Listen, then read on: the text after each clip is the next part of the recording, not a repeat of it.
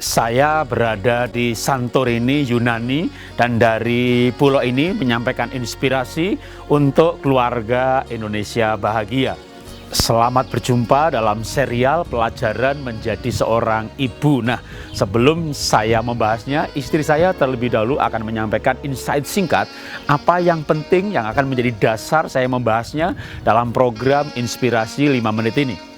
2 Timotius 3 ayat 15 mengatakan, ingatlah bahwa dari sejak kecil engkau telah mengenal kitab suci yang membawa engkau, menuntun engkau kepada memberi engkau hikmat, menuntun engkau pada keselamatan oleh imanmu dalam Yesus Kristus. Itu dikatakan oleh Rasul Paulus kepada Timotius.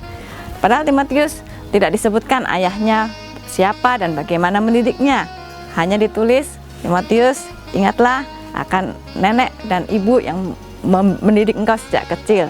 Dan Paulus menjadi bapak rohani bagi Timotius, membimbing Timotius kecil menjadi Timotius yang penuh dengan hikmat dan boleh membawa banyak orang pada keselamatan.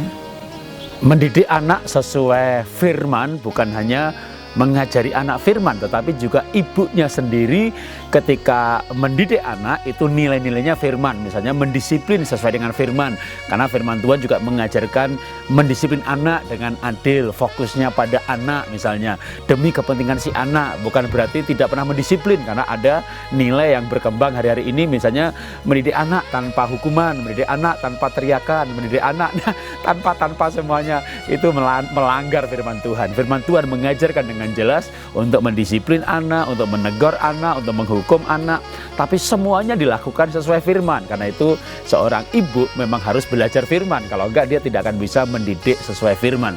Baik mendidik firman atau mendisiplin sesuai firman, semuanya sesuai firman, karena firman itu kebenaran. Kalau kita nggak menggunakan kebenaran firman Tuhan, jadi hasilnya pasti berbeda.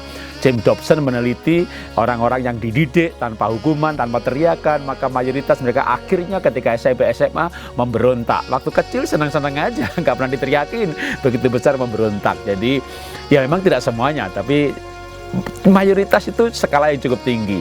Mari kita belajar firman supaya bisa mendidik sesuai firman.